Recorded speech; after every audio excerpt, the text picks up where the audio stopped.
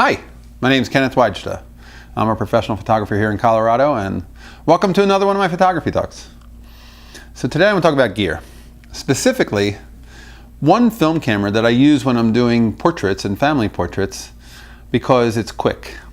And as much as I like the F3 and the F2, sometimes I want an autofocus camera. And this is the F100. And I bought the body for, I think maybe $150 or $175 off of eBay. And this was the last autofocus body that wasn't their pro body back in the day when the film was turning to digital. It's got a really fast motor. It's got automation like the D70. In fact, I think they based the body of the D70 off of this F100.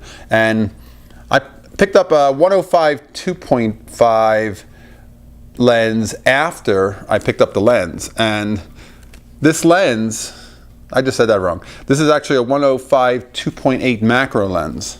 And I picked this up as an autofocus portrait lens after I bought the body.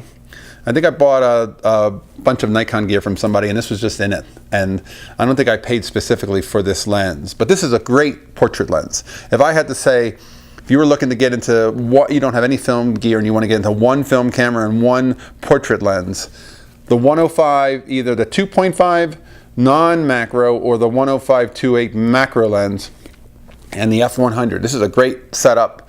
It's super responsive. I love shooting portraits with it. I just did a family portrait of just a couple who were celebrating their 25th wedding anniversary, and as much as I always shoot digital for commercial work, I always take this along to shoot a little bit of film when I can.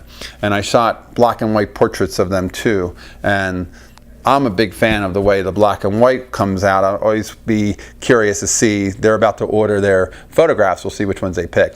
But the F100, solid, I would call it a semi-pro camera with, full automation program modes, aperture priority, shutter priority, and manual, but also full manual control.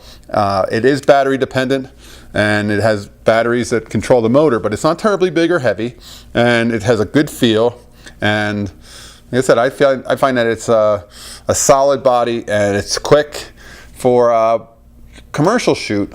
When I want to shoot a whole roll of film, because I want to get the roll of film in there and run the whole film and get it out so I can go process it, this is a good one. It's got a motor, it makes me shoot fast.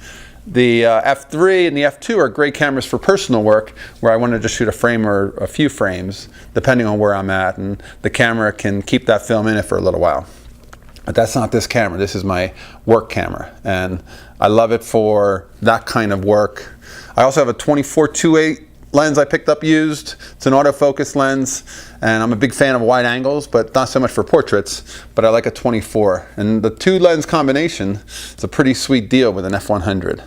So if you're looking for, if you don't have a film setup and you'd like to get into one that's a little bit more advanced than, say, an F or an F2 or an FM2, this is a good solid body, and they're pretty cheap.